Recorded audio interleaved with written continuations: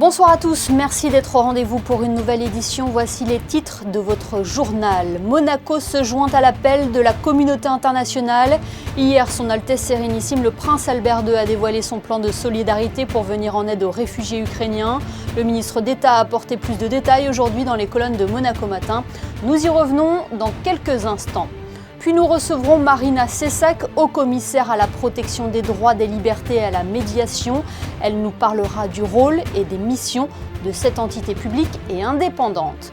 Crise sanitaire, crise humanitaire ou encore réchauffement climatique, ces thèmes d'actualité ont été abordés dans l'hémicycle du Conseil économique, social et environnemental. Nous y étions.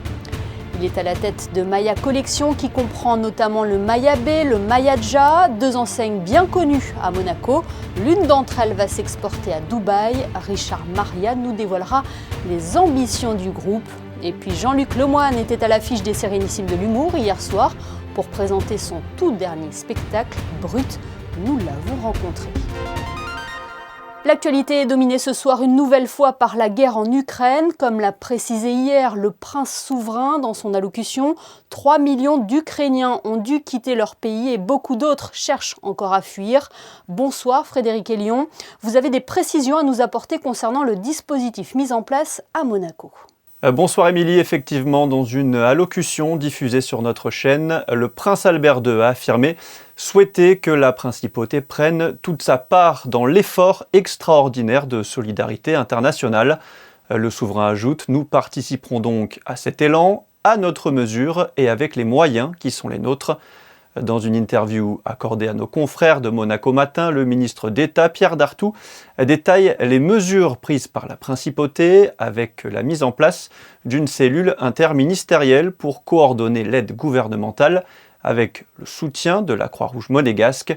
Le gouvernement a également débloqué une aide humanitaire d'urgence de 150 000 € à l'initiative de la ministre des Relations extérieures et de la coopération, Isabelle Béraud-Amadei. Des précisions également concernant l'accueil et la scolarisation, Frédéric. Les personnes exilées recevront des titres de séjour provisoires, renouvelés autant de fois que nécessaire.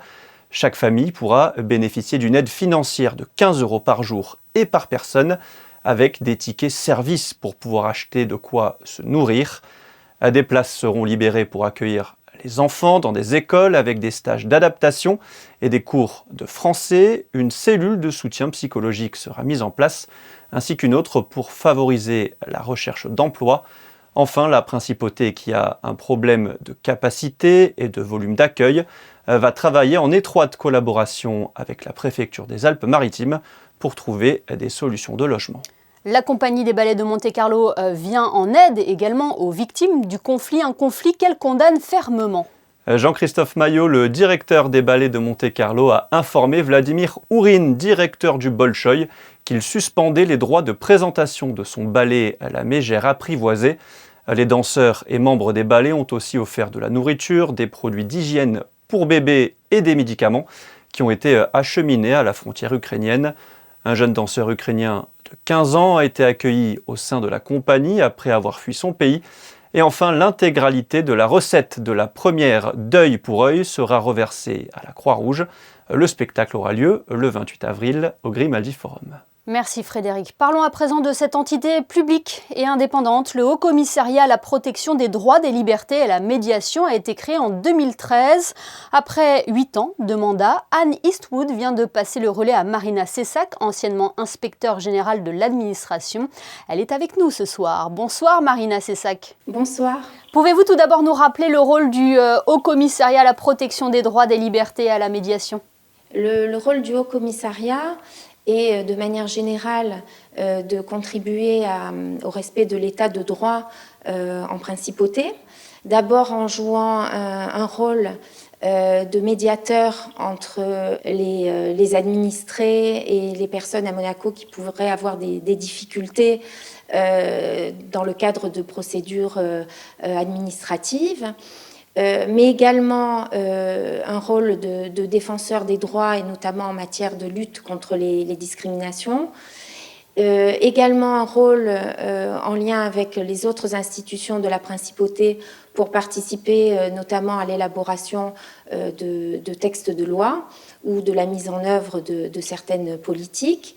Et enfin, au plan international, de participer aux travaux des instances internationales qui rassemblent les médiateurs et les défenseurs des droits, notamment au niveau méditerranéen, francophone et européen. Il n'a pas pour valeur d'être un tribunal, hein. C'est un mode alternatif pour régler des conflits. Hein. Voilà, nous ne sommes pas une juridiction, hein, nous ne rendons pas des décisions de justice, mais nous pouvons jouer un rôle de médiateur et nous pouvons également, lorsque c'est nécessaire, adresser des recommandations. Et globalement, vous arrivez à résoudre ces problématiques ? Oui, il y a un taux de résolution, il y a une centaine de saisines par an. Plus de la moitié des réponses donnent lieu à un traitement complet et on peut dire que la totalité des réponses, des saisines donne lieu à au moins une information de la personne sur la façon de résoudre sa difficulté. Et le nombre de difficultés qui ne sont pas du tout résolues au total est très faible. Et il y a des domaines prépondérants dans les saisines ? Oui, il y a certains domaines qui sont fréquents. Alors les plus fréquents sont l'emploi, le logement, le séjour, mais il y a aussi des saisines en matière de santé ou de détention. Voilà. Il y a aucun domaine qui est écrasant par rapport aux autres. Tout le monde peut avoir recours au commissariat ? Tout le monde peut avoir recours. Alors nous sommes incompétents dans le cas où une procédure judiciaire est en cours dans l'affaire concernée, ou bien si ça concerne des questions de fonctionnaires ou d'agents publics employés par l'État. Dans ce cas-là, il existe des procédures autres au sein de l'administration. Voilà. Et aujourd'hui, Marina Cessac, quel est votre objectif, vos ambitions en tant que haut-commissaire ? L'ambition, c'est d'abord de garder l'élan qui avait été donné par Annie Stoud et qui a débouché sur des résultats très, très marquants et exemplaires. Ensuite, je pense qu'il faut conforter les moyens dont dispose le Haut-Commissariat. Et puis, la troisième chose, ça serait de favoriser l'émergence de synergies entre notre institution et les autres institutions et la société civile de la principauté, d'autant que nous constatons que les objectifs poursuivis in fine sont fréquemment les mêmes, mais le but poursuivi est toujours de satisfaire les administrés, les résidents et le tout au bénéfice de l'intérêt général de la principauté. Oui, j'imagine que votre expérience et votre riche carrière, dont notamment celle à la Cour supérieure d'arbitrage des conflits collectifs du travail, va sûrement vous servir pour vos nouvelles responsabilités. Merci infiniment, Marina Cessac, d'avoir été avec nous ce soir. Merci beaucoup. Nous parlions en début de journal de la crise humanitaire. Elle a été évoquée également au Conseil économique, social et environnemental, tout comme la crise sanitaire ou encore le réchauffement climatique. Des thèmes d'actualité abordés à l'occasion de la visite du ministre d'État dans les locaux du CESE. Pierre Dartout a présenté le plan d'action gouvernementale aux membres de cette institution. Plus de détails dans ce reportage de Fabien Bonilla et Thomas Deus. La dernière visite d'un ministre d'État au CESE remonte à 2015, il y a 7 ans. Pierre Dartout a présenté jeudi en fin d'après-midi les priorités du gouvernement pour l'année 2022. Une présentation du plan d'action sur fond de guerre en Ukraine à seulement 3 heures d'ici, après plus de 2 ans de crise sanitaire. Le ministre d'État a précisé que Monaco travaille constamment dans le domaine de l'attractivité du pays. Il a rappelé que la principauté est une voie importante à l'international en ce qui concerne l'environnement. Pierre Dartout a également souligné que Monaco est un pôle économique et un bassin d'emploi très important pour les Alpes-Maritimes. Je souhaitais avoir une collaboration efficace avec le CESE parce qu'il représente l'ensemble des professions, à la fois les syndicats, les salariés et le patronat et les chefs d'entreprise, également l'ensemble des secteurs d'activité, des associations.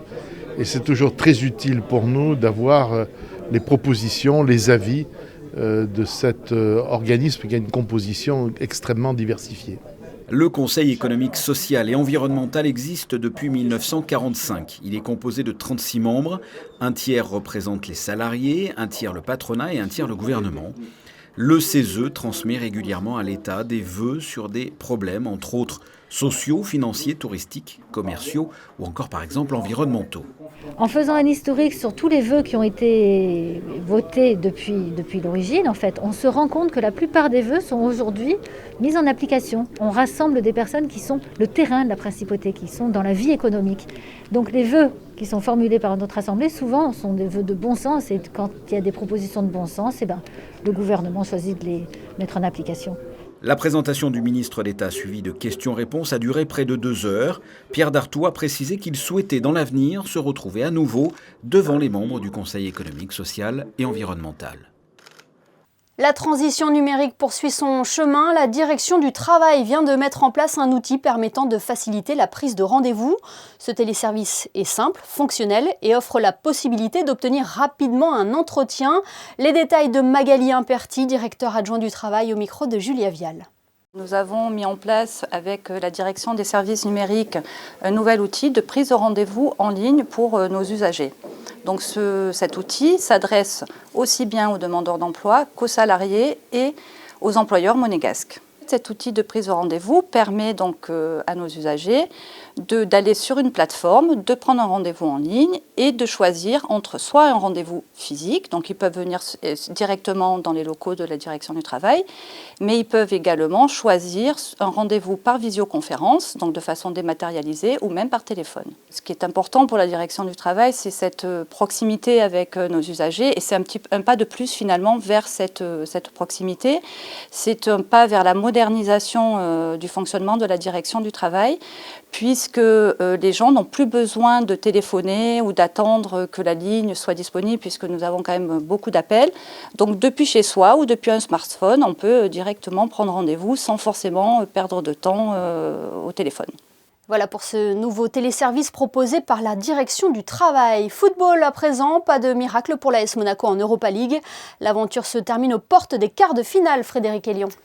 Après leur défaite 2-0 au match aller au Portugal, les Monégasques devaient l'emporter de plus de 2 buts hier soir au Stade Louis II pour espérer se qualifier pour les quarts de finale de Ligue Europa.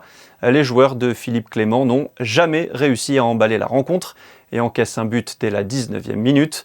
Monaco a manqué de créativité dans les 30 derniers mètres adverses. L'égalisation de Dissassi en toute fin de match de la tête sur corner est anecdotique. Un partout, Monaco est éliminé. Quand tu veux faire la remontada, tu dois marquer d'abord ou vite.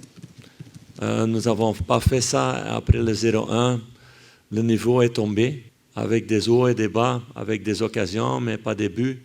Après le but d'Axel, tu vois quelques minutes plus d'énergie. Après, ça a tombé. Ce sont des leçons pour des jeunes joueurs.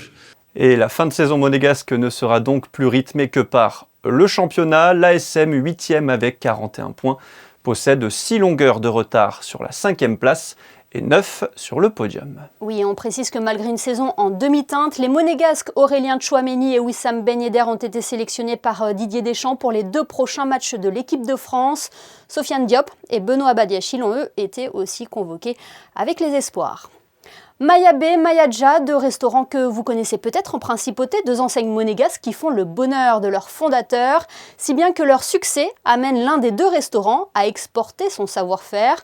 Comment expliquer cette success story? C'est la question que nous avons posée au directeur de Maya Collection. Bonsoir Richard Maria. Bonsoir Émilie. Maya Collection, c'est une grande histoire qui a débuté il y a 15 ans maintenant, à Monaco, mais aussi en France.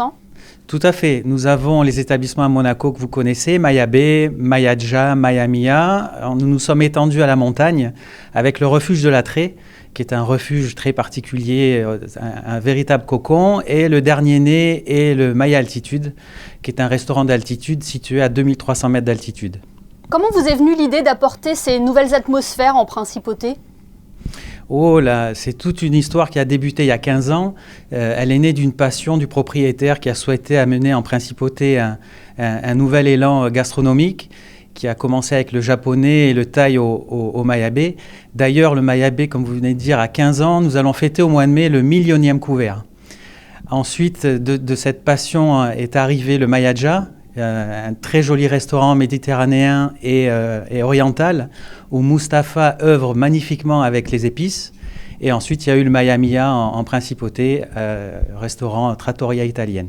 Vous vous attendiez à un tel succès de ces 3 enseignes? Pourquoi le concept plaît autant selon vous?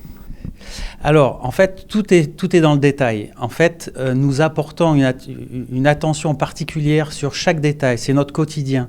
Ensuite, il y a un lien historique qui s'est fait avec le mayabé. Ça fait 15 ans que ça dure. Et finalement, ce sont les clients qui sont venus vers nous en nous disant « Le mayabé est fantastique. Pourquoi vous ne feriez pas autre chose ?» Et ensuite, pourquoi la montagne? C'est parce que la passion de la montagne du propriétaire était là, une véritable envie de pouvoir se développer dans un havre de paix.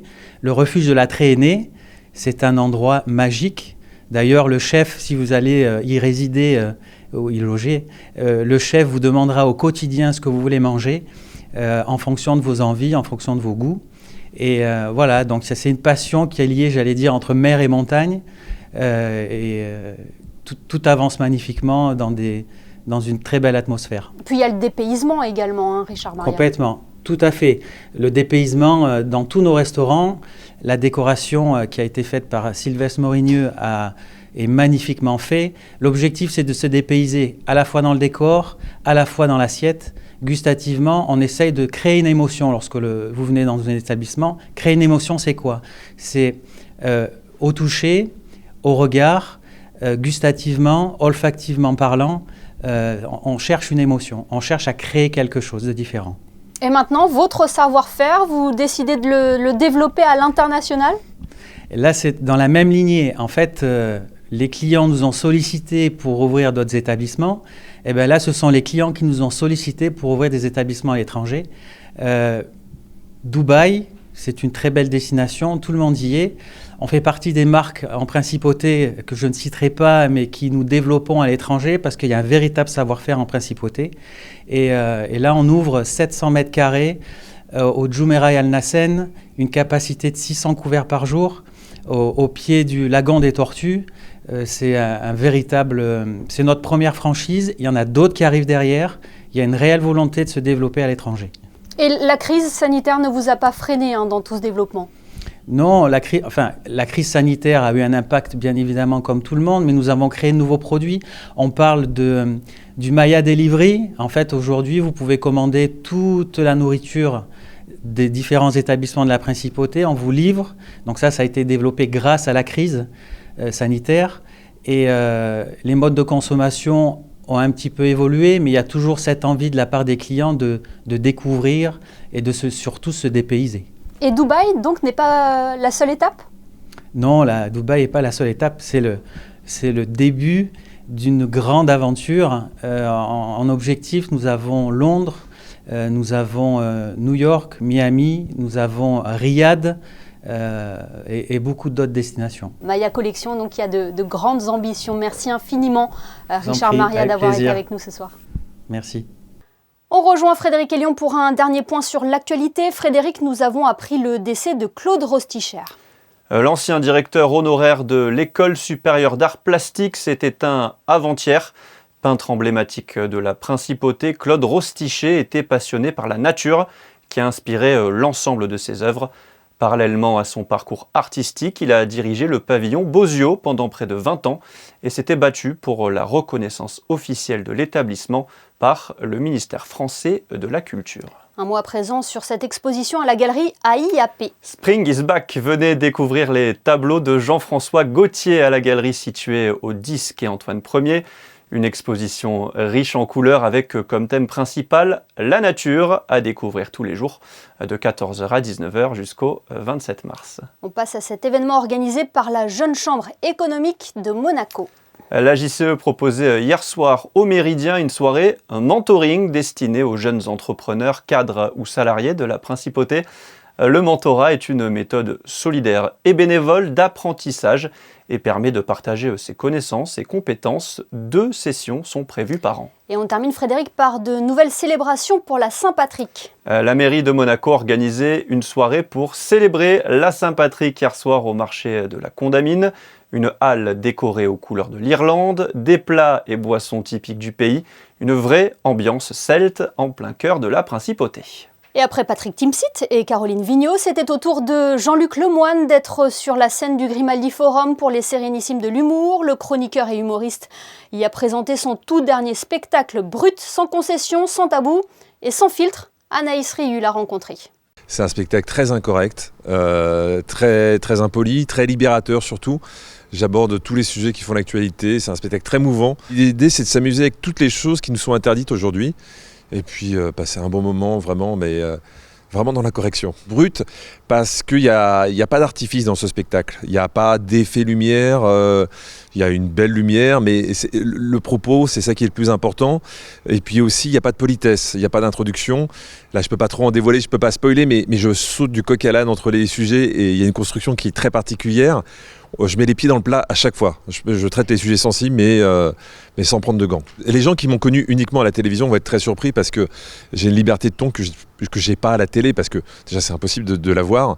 Je profite du fait que la scène soit un des derniers endroits où on a le temps d'être incorrect, de développer des idées. Quand je dis développer des idées, c'est parce que à la télé ou sur les réseaux sociaux, vous êtes vite scalpé, on prend une phrase hors du contexte et puis d'un seul coup, ça peut devenir un scandale.